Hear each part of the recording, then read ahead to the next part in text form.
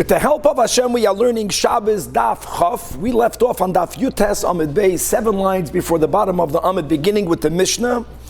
Again, we are continuing to learn regarding activities that one cannot do prior to Shabbos, because the person might end up violating one of the malachas on Shabbos. Here we're speaking about the sugya of Shema Yechate B'Gecholim, that you might stoke the coals, you might manipulate, do something to the coals or to the fuel, which will be the violation of Havara, because you're going to increase the fire of the coals or of the flame themselves. We're going to learn cases in the Mishnah where we don't have any such fear. We're going to introduce today the concept of food is called cooked when it reaches the level of Kemaichel ben Drusoi. We're going to speak out the machlokes between Rashi and Rambam, between Rashba and the Rambam. These are the very familiar machlokes which touches not only dinim of Bishul on Shabbos, but many other areas of halacha as well. We're going to touch a little bit upon Bishul Akum. From what point on are we not concerned with Bishul Akum? We're going to touch upon today the famous opinion of Hananya concerning Shehiyah. Shehiyah means leaving food on the fire that's uncovered. We're going to speak about the concept of covering the fire, how they did it in the times of Chazal, which is really the origin of the blech that we use today. The issue of rabbinically not being allowed to leave food on an uncovered fire is because Shema Yechate B'Gecholim. Hananya's famous shita is that when food is considered halachically cooked, then there is no need to cover the fire, only if you want to remove it and return it. That's something else. With the other preconditions, that for sure, the fire has to be covered, and when you remove it, you have to have intention to return it. We, the Alter Rebbe Paskins, you have to hold on to the pot, not only to have your kavana, but if you just plan to leave it on the fire for 1 or 2 or 3 hours into Shabbos, or even for the next day, and then when you will remove it, you'll remove it, that is called Shehiyah. We're going to learn a lot more about this in chapter 3 in Perek Kira, but we're going to touch upon these sugyas today as well. One of the scenarios the Mishnah gives regarding what one may not do before Shabbos, because you might Yechate B'Gecholim, is when you're lighting a fireplace. Like how much of the wood needs to be aflame, and it's not so simple. If very little bit of it is aflame, or just a little piece here and a little piece there, we all know that, then you can't go into Shabbos that way, because it's possible that you will see the fire going out. A person might forget for a moment that it's Shabbos and he might stoke the flames. You have to have roiv of the firewood already on fire, and we're going to have a lot of nuance of what is roiv. Is it the roiv of every single log? Is it the roiv of the general logs? Is it the roiv of its thickness? It's the roiv only of the circumference. We're going to have very interesting arguments. And God willing, we're going to conclude today the first chapter and begin Perek Beis of Shabbos, behemshech to what one may not do prior to Shabbos. So again, we began on the Mishnah Daf Yud Aleph. Chayit cannot go out with his kalim. Now we're speaking a lot about things that you have to do a little bit earlier than Shabbos. The food has to be cooked. I can only put it up if it's going to be Kamaichel ben Drusoi, cooked when Shabbos comes in. Now we're going to speak about candle lighting. Now, lighting candles is also done obviously prior to Shabbos. One of the Lamates Malachas is Havara. It's actually from the explicit prohibitions of Shabbos. You have loisavaru eish b'chol moish v'seichem, and then you have, according to some, the issur of carrying, as we spoke out, and we'll speak a lot more again about the Isser of Eitzah. But coming back over here to, we kindle a fire, we light candles, midrabanan, one of the 7 rabbinic laws prior to Shabbos, and it's connected to Oynik Shabbos, to Kavod Shabbos, to Shalom Bayis. We'll speak all that as we get into the Perek. So the Mishnah begins, Bameh Madlikin, Ubameh Einon Madlikin. Many people say these series of Mishnayos, and in the entry of Shabbos, same concept, what wicks may or may not be used, what fuel may or may not be used.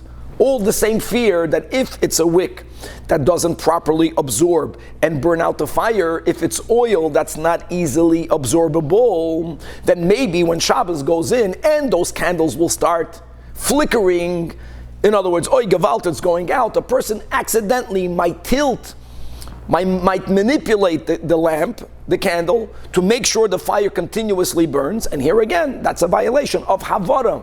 You're not cooking. It's not about, there's nothing on top of the fire, but it's about the lamp, the candle itself. That will be the opening of the Perek. And from there, already tomorrow, we're going to get into the sugya of Chanukah.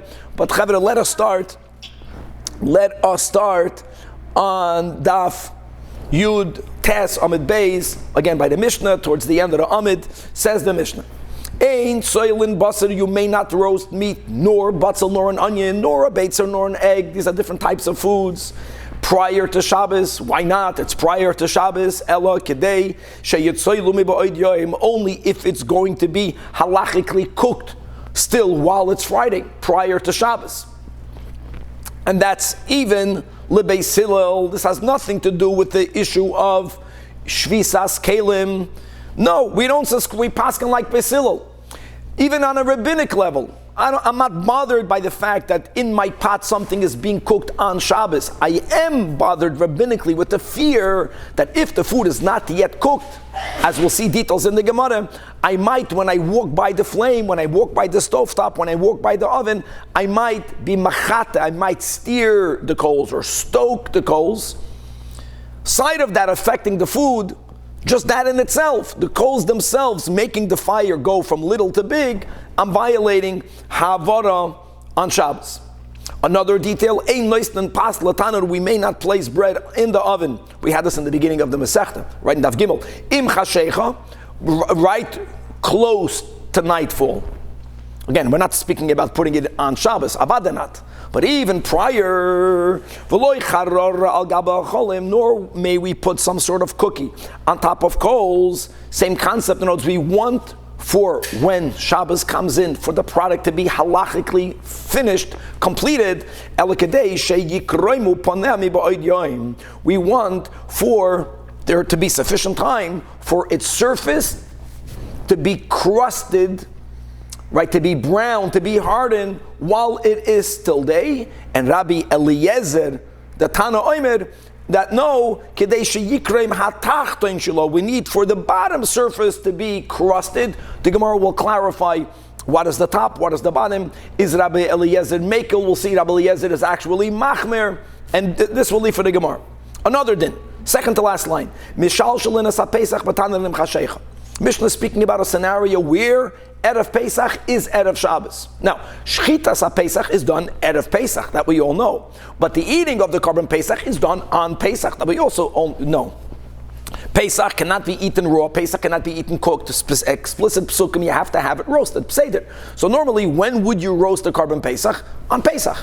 But when Pesach is on Shabbos, so here you're going to put the lamb, you're going to put your Korban Pesach on top of the coals to roast it Erev Shabbos. We are not now going to say, ooh, you have to put it a little bit earlier to make sure that it is halachically roasted. Kamaichul ben Drusoy. Here we don't have that fear.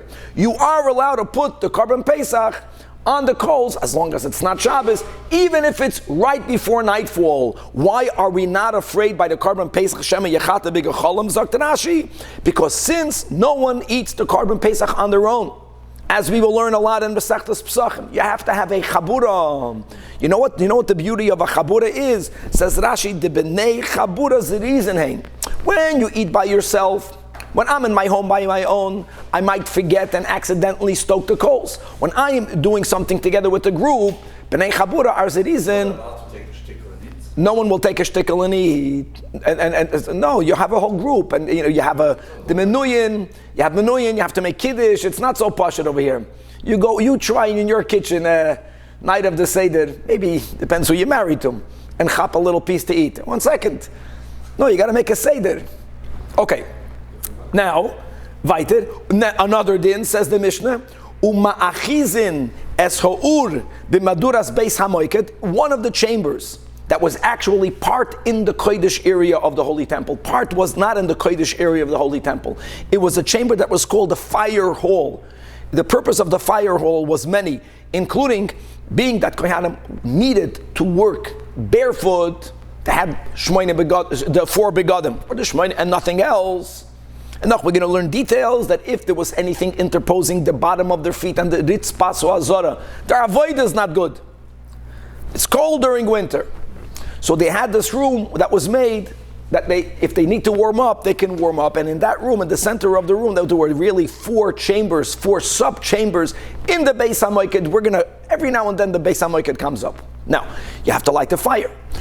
As we'll see, normally kindling a fireplace before Shabbos has the same issue.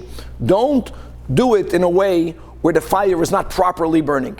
If you only lit a fire a little bit here and a little bit there, as many people here in LA, we have fireplaces. Sometimes the fire chaps in Yiddish, sometimes it doesn't. So normally, you have to light it to the point, we'll see details, where the majority is burning. In the Beis HaMoiked, there is also no such need. Because kohanim zrizin hein, and therefore, if the fire is not going to catch, people will let it get burnt out. It's going to be extinguished. We're not afraid that someone will accidentally light it because of the group.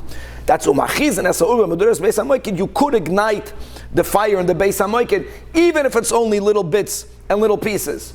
You don't need to have the roiv. Unlike Daf Chav, ubigvul in any other fireplace on top of Daf Chav. Kedei shetei achois ha'ur berubai. You can light a fire. You can light a fireplace prior to Shabbos, but make sure that the fire is already in the roiv of the fire, in the majority. How do you define majority? We'll see a machlokes. Because if not, again, shemi yachata b'gecholim. Rabbi Yehuda says a detail, ube pechamim, if it's not made out of logs of wood, if you have a pyre, if you have a fireplace, but what the fuel is coals, the advantage of a coal is that if any little piece of the coal is aflame, not only will it not go out, it's contagious. All the other coals are going to catch as well. So there's no need, there will never be a need to stoke it. In other words, a yid should be more like a coal and not like a piece of wood. You know, when you chop fire, you got to make sure, right, a chassid has to make a sviva. If not, you better really look at your own luggage. Something is wrong with you. Okay. Says the Gemara. We just learned about Tamid Chachamim at the end of Chagiga. Correct. Okay. Says the Gemara Vikama. Vikama means, okay, I got the first din of the Mishnah. You can't put on fire. You can't put food on the fire unless it is cooked. Because if it's not cooked, then you might be machata b'gecholim. What's called cooked? So Amar Rabbi Lazar, Amar Rav Chevra, these are big statements. Kedei sheyitzoy lumi ba'od yoim, it has to be roasted. And by the way, it's not only roasted, it's roasted by roasting, it's cooked by cooking. It has to be readied. How much? Kemaichel ben dirusai. Ben dirusai, we don't even quote him by his name because he doesn't deserve for us to quote him by his name. He was a bandit. He was an armed robber who was always on the run, and because of his urgency or because of his balkaivanik, he never waited for his food to be fully readied. However, Rashi here writes that he would only have his food readied a third. The Rambam holds that it's a half. So whichever shita you're going to follow, prior to the food hitting that level of it being cooked or roasted, it's not called cooked or roasted. Reaching that level means it's ready. The fact that some people are able to eat it just a third or just a half, even though that you normally don't, for this it's already considered cooked or roasted. Now, what happens if food reaches the level of Maichel ben Derusai? Let's speak about on Shabbos proper. Shabbos we're not allowed to be mevashel. What happens if someone takes food that is already kamaichel ben Derusai, but it's not cooked or roasted or baked kol tzorchai? I'm not going to eat it this way. I want it for it to be medium rare or whatever, more prepared. So here the Rashba holds that on a biblical level, you're not violating anything. Rabbinically, you're not allowed to do it. It's once it reaches the level of kamaichel ben Derusai, biblically it's taka cooked. Now I know that midrabanan there's many issues. Then there's also a whole other topic called if there is bishul achar bishul or not. But we're not getting into that. The Rambam is very machmer. The Rambam, forget about bishul achar bishul. The Rambam says that mitzad echad, once the food reaches kamaichel ben derusai, for many halachas it's considered cooked, or considered roasted, or considered baked. But, as far as the Isur on Shabbos proper is concerned, if food is only ready a half, let's go with the Rambam. It's already ready, it's ready 60%. but I want to bring it to 90%, or I want to bring it to 100%, that is called Bishul Mida'iraisa. This machloikas of the Rashba and the Rambam is very consequential. Okay? Here we're using it in the opposite context. Here we're speaking about cooking something prior to Shabbos. So if you have to have it like the Rambam, it's interesting, then the Rambam is being machmed because it has to be put a little bit earlier. It has to be done how much into Friday, how much away from Shabbos that it should hit the half. Only then are you allowed to leave it on the fire. Okay. Itmanami, in another context, Omar Abasi, Omar Rabbi Yechanan, Kol Shehu, Kameichel Ben Drusoi, that when food, guys, we're speaking about foods, we're not speaking about liquids. That's a whole different topic, we'll learn about that later. Liquids are considered cooked when they reach the level of Yad Soiledes Boy, literally meaning if it's so hot that your hand will become scalded or burnt, or your stomach, or the hand of a baby, or the stomach of a baby. Rav Moshe says it's 110 Fahrenheit. You have people that are more, they're more lenient. They say, no, it's 120 Fahrenheit. It's more or less than that. That's a whole different topic. We're speaking about foods. So a food that hits the level of Kameichel Ben Drusoi, ein boy mishum bishul nachrim. Bishul nachrim, or what we call bishul akum, it's really bishul nachrim. Nachrim means a non-Jew. Akum means a idol worshiper. And because of the censor, many times we use the words idol worshippers for the locals not to feel that we're speaking about them, but we are. If someone is not Jewish, rabbinically, we may not eat food that they cooked. Now we have the two large heterim. This applies, number one, to foods that cannot be eaten raw, any food that could be eaten raw, or any liquid that could be consumed, not the yatzei ledes, like water. Even if they were the ones that made the hot water, even if they were the ones, let's say, that cooked the tzibalach, you can eat it raw. You can have carrots. When it's raw, there is no bishul akum. The other big heter for bishul akum is any food that's not considered chashuv significant, meaning it's not brought on the table of kings. As time goes on and people are becoming more informal, many more foods are considered foods that are oila shulchan alachem halacha lamaisa nowadays versus 100 years ago. But again, if it's chashuv and it cannot be eaten raw and the guy cooks it, then rabbinically you may not eat it. You have to kasha your kalim rabbinically. So says the Gemara that if a food, already hit Meichel Ben Drusai, let me give you the case. Food is not Kameichel Ben Drusai. Let's go with the Rambam. Food is not 50% cooked. And you took it off the fire. The Yid made it 40%, the Yid took it off and it's cold. It's not cooked. And now a goy puts it on the fire. The goy makes the fire and puts it on the fire. Bishul akum. And by the way, that's even according to us, the Ashkenazim, that we're very lenient in how much involvement do we need from a Yid. According to the Ramah, not according to the Machaber, but according to the Ramah, you don't even need to have a Jew directly with the food, even if a Jew just lit the fire. But you need for that fire to be used. I'm giving a case where they brought the food up onto a certain level, but then the fire was put out, the food became cold. Now you're moving it completely with the goy. He lit the fire over the threshold of a Kameichel Ben Drusai. That's a problem. Now, it's not so simple because even if the guy brought it from under 40% to 60%, what happens if now a Jew is involved? So that's discussed a lot over here. We're lenient. And by the way, we're lenient. We say that if a Yid is going to add any part to it, it's okay, even though it's a machloikes and Shulchan Aruch. This is very much connected to what we discussed above. Rambam and Rashba is their bishul after Meichel Ben Drusai. So for Shabbos, it's a chomurdika question, because if there's bishul, you're violating bishul on Shabbos. B'negeya, the out of bishul akum, it's going to be a leniency, because if it's still considered cooking it, so then I add it to the cooking.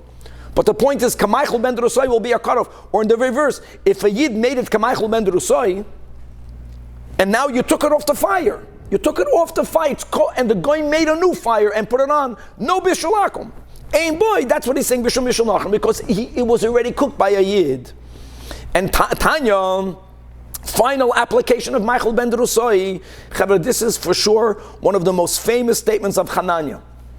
Okay, and many Rishonim, all the way in Shulchan Aruch, rely on Chananya. Rashi paskins like Chananya, Tosfos paskins like Chananya, not everyone.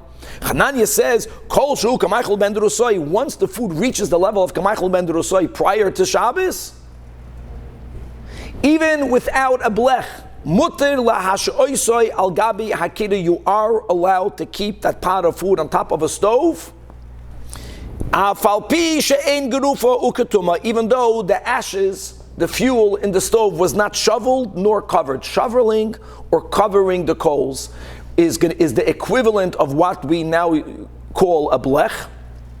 Big machloikas, why would you have to shovel and cover also? Not to stoke the coals, to remember that. However, Rashi adds here on Daf Chav that the shoveling or the covering of the ashes is that the way you make a heket is by diminishing the power of a fire. That's why many of the poskim who are machmir like Rashi, we don't have to. They say that tin foil is not a good blech because it doesn't diminish the power of the fire like in a crock pot. Based on the Rashi here, he speaks about, the Rashi writes that it has to be lahafik choyma, it has to diminish the heat. We don't paskin like Rashi me'ikar adin, it's just to make a heker, so you have to cover the fire. So what happens if you're not covering the fire? So says Chananya, again based on this concept, that once food reaches the level of kamaychel ben derusoi, it's called cooked, it's called roasted, it's called baked, you don't have to even put a blech on, gewaldig. You don't even have to put a blech on because it's already cooked.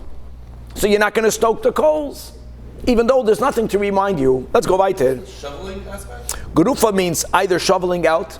Shoveling out is because when they moved the fuel to the side, they didn't need that much heat. They only needed heat to maintain, not to cook it. So it's like lessening the fire. So that, the fact is, they didn't have a blech then. So that also lowered the heat, and covering it with ashes will lower the heat. It's going to diminish the heat. So Rashi is medayik. It's not just about the reminder, but it's about lowering the heat. That's a whole different topic. I know that the Chazon Ish is machmer like this, but we don't accept it. I'm saying we are good by using tin foil, by the crock pot, and many even of our blechs doesn't diminish the heat. I'm not a big maven, but some of them actually are conductors of heat. If it's very, very skinny, it can make it even hotter. Okay, weiter. So here we had a machloikas between the Chachamim and Rabbi Eliezer, how much of the bread has to be crusted, or what part of the bread needs to be crusted. Rabbi Eliezer says, it has to be the tachtoin, the bottom surface. You know what the challenge with the bottom surface is? Normally we know what's top and what's bottom before our l'chaim. But when it comes to putting things in the oven, it's not simple. Because the way they would bake things in the oven is that they would have this round oven, the fuel would be on the floor, and they would stick the bread on the walls or even on the top. So that which is facing the fire is bottom, but you can call that the top. Maybe the bottom is the part that's stuck on the oven wall, farthest from the fire. Let's first clarify that. So asks Gemara, but they asked in the yeshiva when Rabbi Eliezer is demanding for the bottom part to be crusted, tachtoin heich de gabe tanur, is it the one that's against the wall? The one that's against the wall, guys, the one that's against the wall takes the most time for it to get crusted because it's the farthest away from the fire. Demanding for that to be crusted means he's being machmer, has to reach that level. Or he means, no, tachtoin begashmi is the one that's facing down. The one that's facing down is the one that's the closest to the fire. And that gets crusted the quickest. So Tashamat says in a Braisa clearly that Rabbi Eliezer Oimer Kadeshi Yikremu Ponel Hamidubakim Betanur. The one, the tachton means the part of the bread that's touching the oven wall, which means the Tanakam is lenient. Rabbi Eliezer is machmer. Machmer meaning that it has to be put earlier on Friday, further away from Shabbos, because you need for it to be there until the point.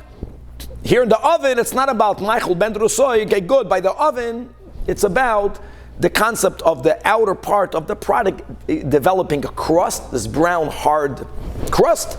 And according to Rabbi Eliezer, even the part that's farthest away from the fire. Then the Mishnah went on to say that because of Bnei Chabura's reason, they were allowed to lower the lamb, right, or the goat, right, the Korban Pesach, into the fire. Now, this is really a direct contradiction with that which we learned yesterday, which is that when you put something in an oven, and if there to stoke the coals, you have to open up the oven door, so wind will be let in. Whenever you have tender meat, clearly gadya, tender meat gets ruined with the wind draft. So there's no fear. Shami yachata begachalim. So asks the Gemara, my Tama, why can you do dafka the Pesach? Because there's a bnei chabura that is in hain. But why do we need that reason? And why should it be only connected to Pesach? It should be any type of gedi. Guys, a carbon Pesach is a young, domesticated animal. But if not, you can't lower. You have to. It has to reach Kamaichel ben Drusoi. Farvaz. We just learned that Gadya, a kid, a very delicate meat, even if you did not seal the door to the oven or the door that leads you to the coals. Bein sidik, whether it's sealed. Bein loy sidik, shaper dummy. Because you're going to remember, don't open up the oven, you're going to ruin the meat. Answers the Gemara, Pashit. Over there, when do we say that a draft or wind will be harmful is mintach, when the meat that's in there is already cut up. Draft is bad. The carbon Pesach dafke, where's Edo Cohen? It was done, the whole animal was done together. And not only that, the few parts that they took out was on the side of the animal. It became a helmet, it became like a spear. It psukim in the Chumash. Here, loy mintach, if the animal is whole, wind will not ruin it. The only reason why you are allowed to do it is because it's the Pesach. And the Pesach, b'nei chabura is the reason. You are allowed to ignite a fire of the fireplace, dafkan the Beis HaMoikat. Kohanim Zerizim. I want you to know that many people say Kohanim Zerizim and Ein Shvuz B'Mikdash are really the same. There's a whole topic about that. Because you can argue, the whole theory is a rabbinic, you might end up stoking the coals to make it burn. Is it because, like, people say, what do you mean Kohanim Zerizim? Ein Shvuz B'Mikdash. Now the truth is, we're going to learn at the end of Eruvin, Ein Shvuz B'Mikdash is not a hard and fast rule. There are many cases where we don't say Ein Shvuz B'Mikdash, especially if it's not directly connected to Avodah. The Beis HaMoikat fire is not directly connected to Avodah. Rashi writes, the principle, Rashi here, is because Pasha to keep a room warm. So when the Kohanim start to feast, get cold, they have where to walk into. That's a preliminary, but it's not Avodah. Okay, weiter. So anyway, says the Gemara, Narafuna begins to quote a pasuk where it appears, which is true, that B'chlal in the temple you are allowed to kindle fires. Problem is, according to this understanding, if it's a rule that anywhere in the Beis HaMikdash you can make fire on Shabbos, then the Mishnah wouldn't speak about you are allowed to begin to light a fire before Shabbos, even though it's not fully aflame, even though it might go out. The Mishnah should have says you can light the Beis HaMoiket on Shabbos. That will be the refutation of. But let's begin. So Rafuna says, it says in the pasuk, right in Vayakel, that lo yisivaru eish b'chol ma'shveiseichem. Don't kindle fire in your dwelling places. From where Medayik, you are allowed to light a fire. That's the way that Rafuna learned. B'meduras Beis HaMoiket, even on Shabbos. So that's why we don't care if the pyre was lit only a little bit, a piece here and a piece there. Says the Gemara, Maskav Rab Chizda to the great Rafuna. If that's your understanding of our Mishnah, and not, I know that, so don't speak about it here. I mean, when you speak about the malachas, say that this malach is permitted in the Beis HaMikdash. And the Elo Amar Rab Chizda, no, I agree with your pasuk. Your pasuk is not about the Beis HaMoiket. Your pasuk is about altar. You know, not only karbonis that are brought on Shabbos, because the Torah says the words b'mayadoi. What about a carbon that was brought on Friday? But as we know, if the fats that have to be burned on the altar were not burned on the day of, it can be burned on the night after. You are allowed to do that. You're burning on Shabbos, and it's not even a Shabbos carbon, because b'chol mo'ishrei seichem, yes, in the Beis HaMikdash, but only on the altar. When it comes to the Beis HaMoiket, it's not connected to this.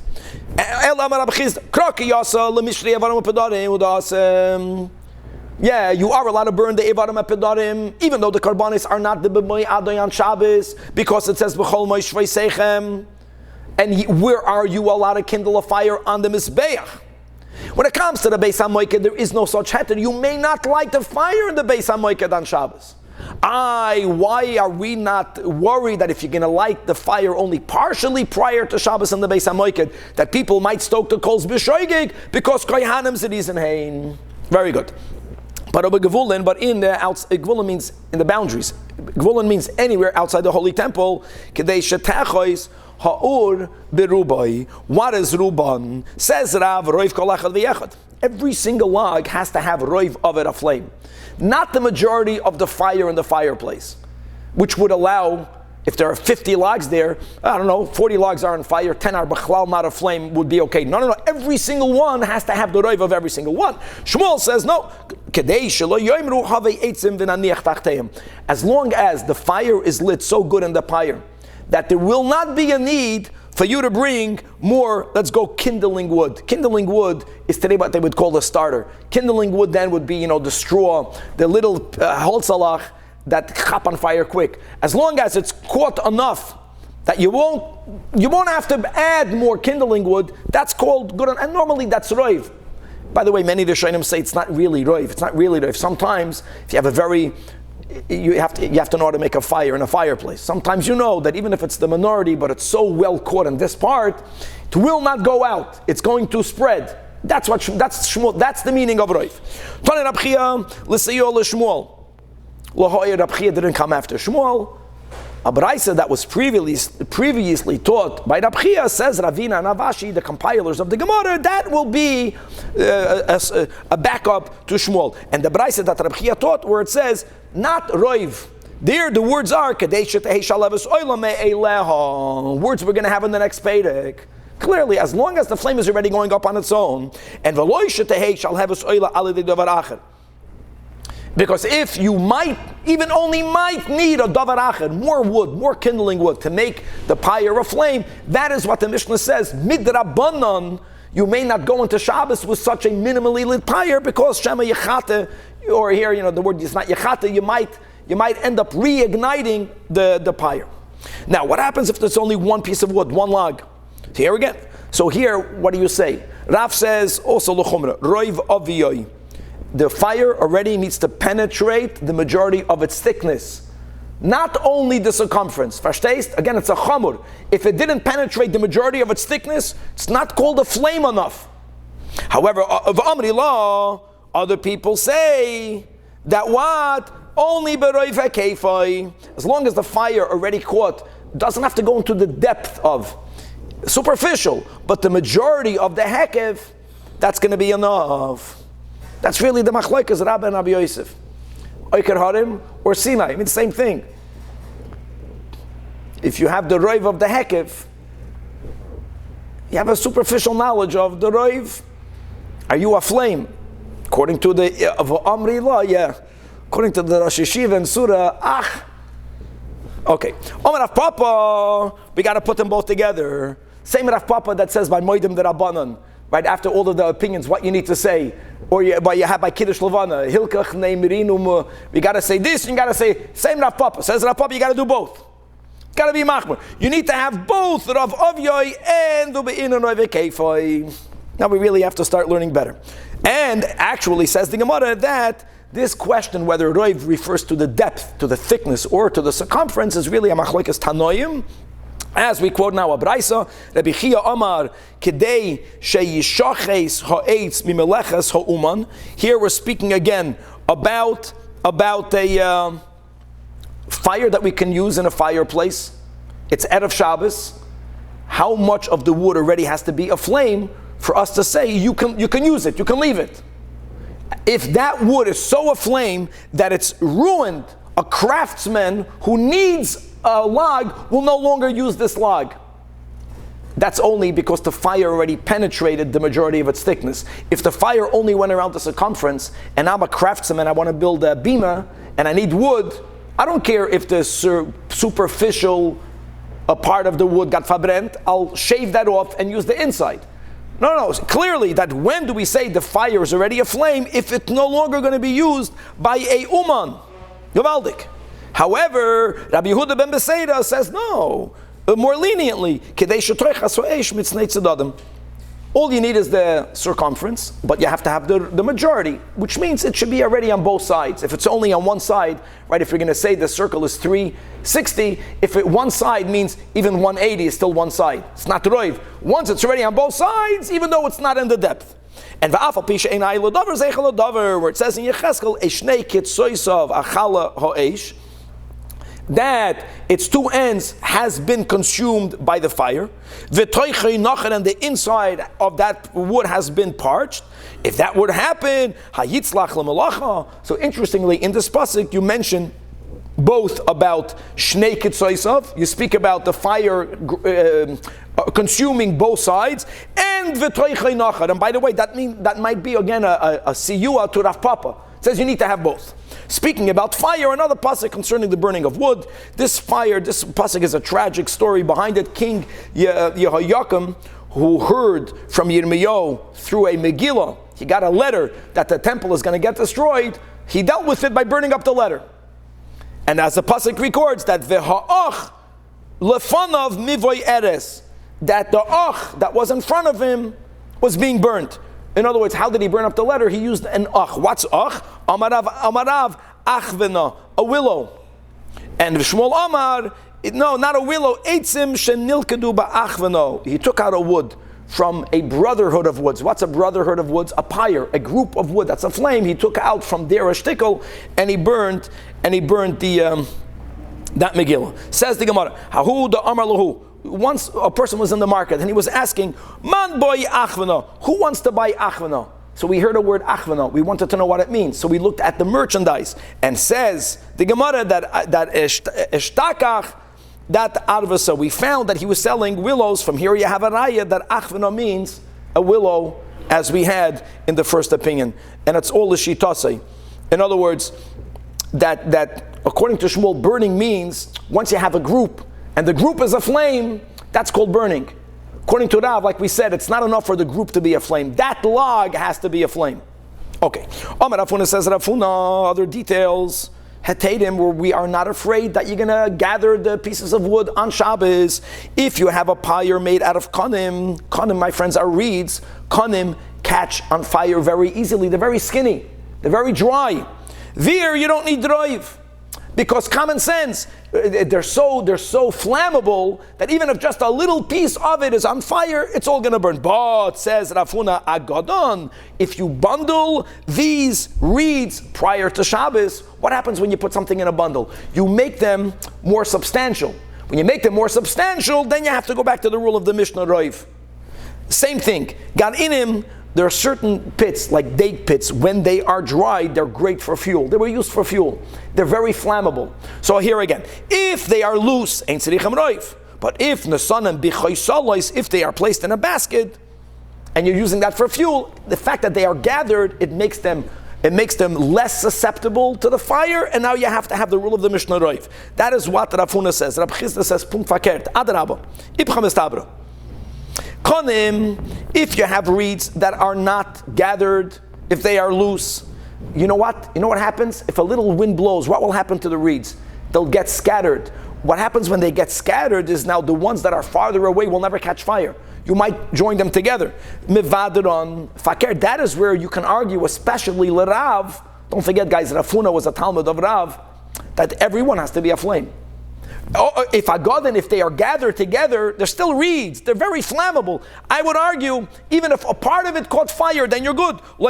Since it's not going to be blown away, then, and it's highly combustible, then you don't need drive. And I argue with the case of the pits. If it's garinim, if it's singular pits, they're not gathered in a basket. Here again, they might get scattered, mivadron. And since they might get scattered, we should make this gezeira midrabanan, the last line. If they are placed in a basket, they are still highly flammable. You don't need drive, fakert. Now, any part of it will for sure spread to the rest, is loy mevadron. So we have a machlokes between Rafuna and Abchizda. And itmanami, we're going to have actually a third opinion that sides in one case with Rafuna and in the other case with Abchizda, turning to Rav Chafam at base. That's Rav Kahana. Omer Rav Kahana, when it comes to reeds, you'll see he's moida to Rafuna. Sha'ogdan, when they are bound together, that is when they need roiv. If they're now not bound together, loy tzrichem roiv. Like Rafuni, he's not concerned that they're going to be completely scattered. He's not concerned. That's a highly unlikely scenario. But when it comes to Garinen, here he will side. He sides with Rab Chizda that tzrichim roiv. Fakert, if they are individual, then you have to have roiv. But if they are put in baskets, ain't tzrichim roiv, because even a little bit of them on fire will certainly spread to the rest. Says the Gemara Tanei Rabbi Yosef. Continuing, Hetedim, where a guy's fireplace was a very common thing. Today we have electric, we have gas. Like in the winter, everyone had a fireplace. So this is a very important halacha. Like what we are basically learning in the Mishnah practically is that if you forgot to light the fire, let's say it takes 30 minutes prior to Shabbos to hit Roiv. If I forgot in my house to do that 30 minutes prior, it's still 20 minutes prior. I'm going to be called on Shabbos. I'm saying we're looking for a tatum. So Otana Rabbi Yosef, that Arba Maduris, there are 4 types of pyres, right, that ain't tzrichim roiv. Because again, it's all about if fuel is so highly combustible, we don't need this whole takana is not relevant. No one is going to end up stoking anything on Shabbos. Number 1 is shel zefes. In other words, pitch, you don't burn pitch. Wood is soaked in pitch. Makes it very combustible. Or shel gafris, sulfurated wood, shlemis kerechtzing, and v'shel gevina. I don't know what gevina means. So by the way, the Gra says it's not cheese. Gevina means cheese. So what people used to burn cheese? I don't know. People would soak their wood in cheese. I don't know. Wax, that I get. Wax that we use today. Well, candles, we're going to get soon in the next whole Pedic about wax candles. Let's see if we get there. Is 100% good for Shabbos. And v'shel revav, grease. In other words, once you have this involved in the pyre, you're good to go. The masnisa tana, another afkash v'shel gevava, straw and stubble. By the way, straw and stubble is even more combustible than the reeds. So the question is, okay. Rabbi Yechanan says, Rabbi Yechanan, eitzim shel bavel, a Babylonian wood, ain't tzrichim roiv. Babylonian woods don't need to have roiv. Again, they're highly combustible. Maskal Rabbi Yosef, Maihi, what are these Babylonian woods? If you're going to tell me, if you are referring to silte are some sort of thin strips of wood, that's not good. Because hashta psila, when it comes to a wick, Omar Ula, Hamadlik, when you light a wick, we're going to learn this mamish now in the next Pedic. Tzarech sheyadlik b'roiv hayoytze. So when you have a candle, when you have a bowl of oil, so there's the wick that's in the wax, right? There's the wick that's in the oil, then there's the wick that's yoytze. So how much of that wick has to be a flame? Not the tip. Roiv of the wick that is outside the fuel, because as we know this today, sometimes you'll light the wick, and it dies. So if it comes to a wick that's more combustible than the strip of wood, you have to have roiv. Silte miboya. That's not the meaning of Rabbi Yechanan. Elam Rabbi Yosef. Rabbi Yechanan is referring to what are Babylonian woods. Soicha da arza. Soicha da arza. Certain branches of a cedar tree that have some sort of woolly substance connected to it. That's mamish, highly combustible. If any part of it catches fire, all of it catches fire. And indeed, Rami Baraba Amar, it means something else. It means zaza. Zaza, some sort of moss, some dense green clumps that again, they're very highly combustible. And I think the Chassidus here is that what Rabbi Yechanan is arguing, even though he lived in Eretz Yisrael, but we have back and forth. We had this in Brachas. Ultimately, they acknowledge the greatness of Yidden that lived in Bavel. And let's go the Eitz Hayesh Ba Eitz Amay, and maybe the Eitz is a tzaddik. That once you have a shtickle tzaddik in Bavel that catches a fire, everyone else will be affected positively from him. And maybe that's the inner meaning of this Gemara. And we say Hadran Allah Yitziyah Shabbos. We'll come back to you Yitziyah Shabbos. And now let us start with the second chapter. It's amazing that aside of the opening regarding Choitza'ah, and as we learned Tarashi and the Tosfos, that it's Malachi Gerua, and that's why we're going to speak so many parakim about Choitzah. There's a Seder in Shabbos, because we began again from Daf Yud Aleph speaking about that which may not be done already out of Shabbos. Then we went to dinim that we're not talking about closer to Shabbos, like how much prior to Shabbos does the food have to be put on the fire. And now we're still not in Shabbos, but we're getting even closer to Shabbos, and that is the mitzvah, the rabbanon of hadlakas haneiros. Again, there's a concept of oinig. The Karas al Shabbos oinig is a medivrei Kabbalah. Oinig means pleasure. Pleasure people have when they see what they're eating. There's a concept of kavod Shabbos, honor of Shabbos. Honor, it's honorable to eat in a lit up room. It doesn't have to be very heavy lights, but not in dark. If there's darkness, there's a lack of kavod, and then there's a concept of shalom bayis. Shalom bayis, I know many people understand it to mean the peace between the husband and wife, and the parents and the children, and parents and their parents. Shalom bayis here, Chazal say, means that if it's going to be dark, Shema yakashel ba'etz u'ba'evan, you might stub your toe on the corner of the table because you didn't see it, and you'll get into a bad mood. Huh? You're going to blame your wife? And you're going to, okay, so Shlomo is saying that other people might blame their wives. I'm saying it's not about blaming the wife. I think when people are in a grouchy, grumpy mood, they can be the nicest to the wives. They down the whole environment in their homes. Don't be such a, be freilach, it's Shabbos Kodesh. So you to make sure that everything runs smoothly. So now the question is, Bameh madlikin, bameh ein madlikin. And Chevre, we are focusing both, listen, on the wicks, on the oil. And it's both for the same reason. If either of them don't burn properly, so when you light a candle, a lamp, and the fire is flickering, the observer will think, oh, it's about to go out. Minimally, they're going to tilt, they're going to manipulate the entire candle, the cup. And tilting the cup or the lamp will make the fire get better. And that is Havara. The Oiraisa, or the Rabbanan, because you're not creating a fire, you're adding to the fire. We'll get into those details later. Okay, but you got to prevent from that happening. By madlikin. And first we begin with the wicks, and then we go with the fuel. Interestingly, al pi Chasidus, the wicks is the body. Right, that's the Alter Rebbe. He quotes the whole time from the Yenuka. And the fuel is the ruchnius. The fuel, beruchnius, is the ovden tovin that we do to make the neshama, that's the fire, stay connected to the wick, which is the body, through the ma'asem tovim. You're feeding it. You're keeping the shechina together with you. So when we say begashmius uberuchnius, ukiyadua, the story that Rabbi Levi Yitzchak of Barditchev told the Alter Rebbe, why didn't you say beruchnius ubegashmius? So the Alter Rebbe says, we know from Yaakov Avinu that here first he asked for a gashmias, and then v'shafti b'shalom, then he asked for a ruchnias. So the Barditchev tells the Alter Rebbe, by Yaakov Avinu, his gashmias is like our ruchnias.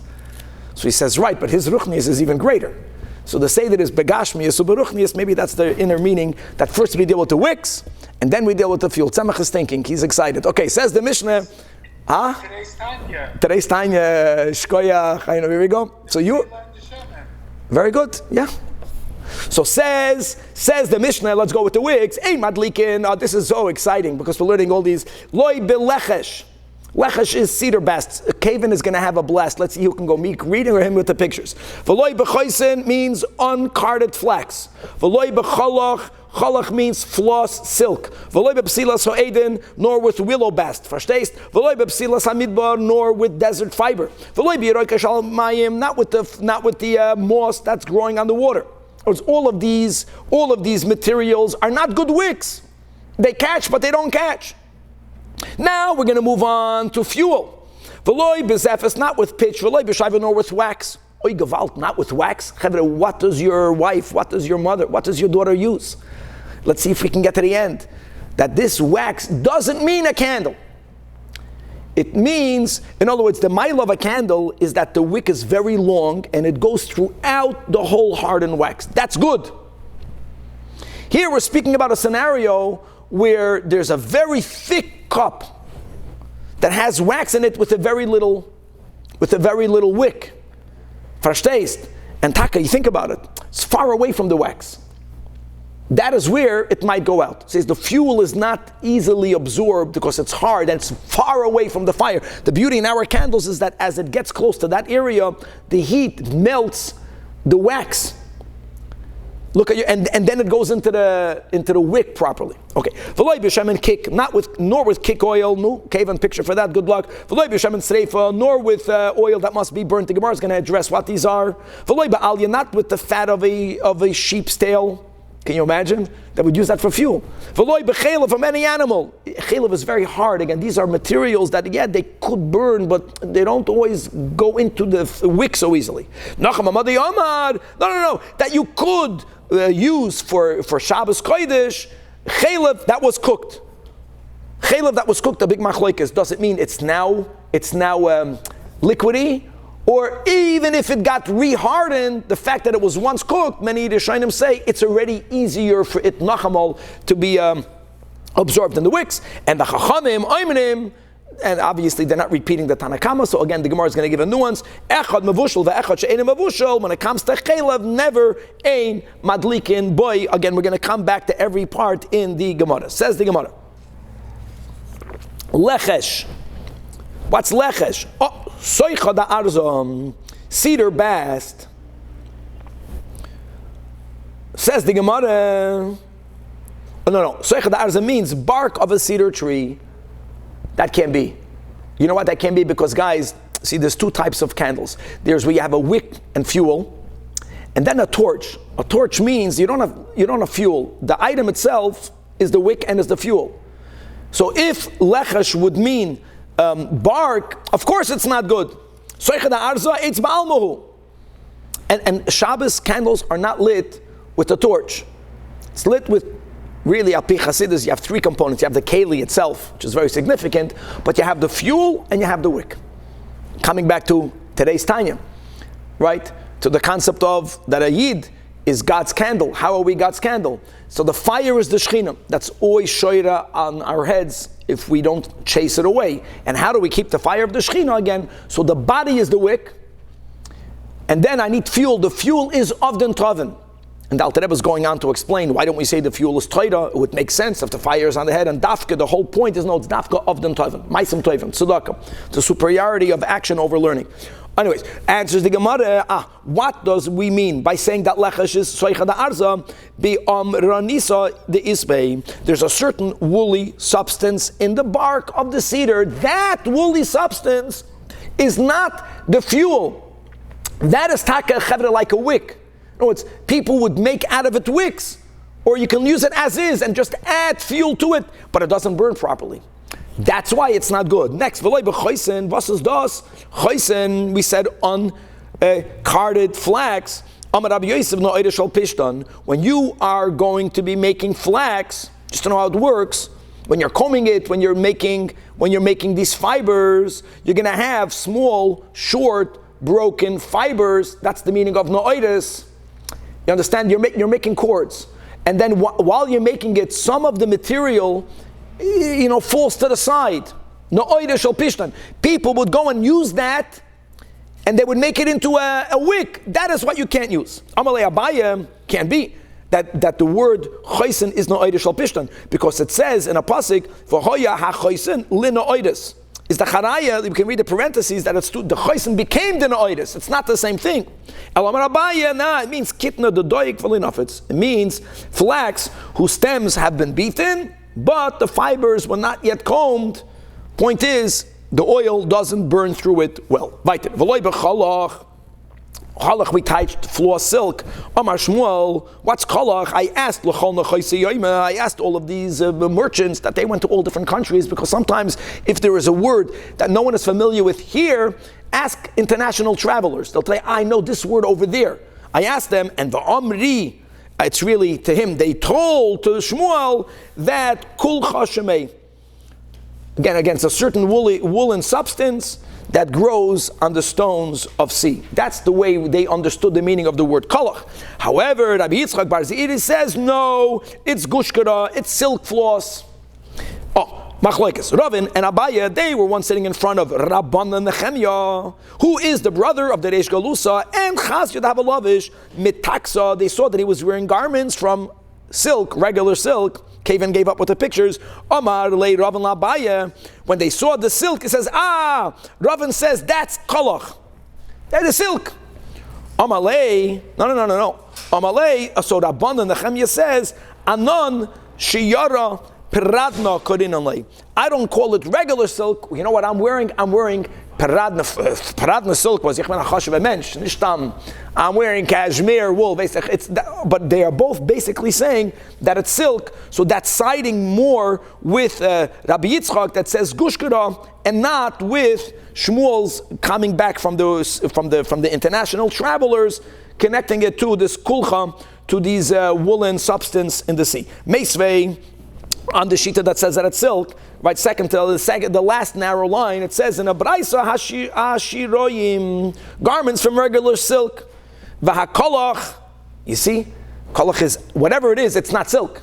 And the sirikin is corded silk. They are chayv and tzitzis. Point is that kolach is not shiroyim. How can you say it's silk? And that l'choida is a teyufta deravin. Teyufta, says the Gemara, I'll answer, very rare after teyufta, but we have it many times. Iboy seima, not teyuftad. Shira l'chud, v'shiyara pardon l'chud. Kolach is the fancy silk, fakert. So that's why the Braisa calls it out with two different names, but it could mean silk. Next, loy b'fsilas ho'idon, Eden best, the swollen substance that grows again on the bark of a willow tree, cannot be used. And again, achvina, it refers to the willow tree, which is exactly what we just had at Amud Aleph. Okay. Ravin v'Abaya, Nachamol, these two Amoraim have a Ka'azli, they were going Bepaksa de Tamru Risa. They were going in the Tamru Risa Valley. Here in the San Gabriel Valley, right? Chazino, they saw Lahanu Arbasa, they saw willows. Hashgacha Pratis. Right? Kol ha-mafsik mimishnosi v'oimer mano. In Sadazeh, Nirzu, mafsik means you separate nature from God. Here, Fakir, they observed nature and they said, now I know the Mishnah. They connected their excursion with Torah. You see that tree? That's, Ravin says, that's Adon Tanan. That is what we're talking about. So again, he looks at a tree and he tells him, what are you talking about? Hahi eitz ba'almahi, as we just explained. Wood, for sure, is not kosher for candles. For candles of Shabbos, we want to have oil and a wick, not that the wood itself is bathed. So he says, kolaf, va'achvele, he took a piece of the bark off that type of willow tree and he showed him that in the bark, you have amrinisa, you have this woolen substance. It's this woolen substance, the beini ubeini that's in between, that is the Mishnah talking about, that you can't use. Let's go weiter. But not with desert fiber. What's desert fiber? Shivra. Now you know. Shivra is called nettle. Nettle is a certain type of grass that they would take tall grass and they would intertwine the grass and they would use it as a wig. The water, it refers to ukamta, the charitze, to green algae. The Mishnah has to tell you that green algae cannot be used for wicks. Of course not. It crumbles. Can't make a wick out of it. Papa, it's uchmasada arbe. It's the moss, the green that grows on the bottom of your yacht. First, it's on the bottom of your boat. That is something that doesn't crumble. You could make a wick, but it's not a good wick. Tana, we learned that in a braisa they added other materials that are not good for wicks. A wick made out of tzemer, or the shell seyar. No, it's woolen wicks and hair are disqualified. Now, why didn't our Tana mention these two disqualifications? Our Tana also agrees that they're not kosher. The Tana they done, no need, because tzemer michvatz kavitz, it curls up. Seyar ichruche michrach, it burns. It's so far away from it being used, it's so difficult to use it, the Mishnah felt it's not important to mention, you can't use it. Right. Then when the Mishnah goes on Zephis is zifta, pitch. Shaiva means kirusa, wax.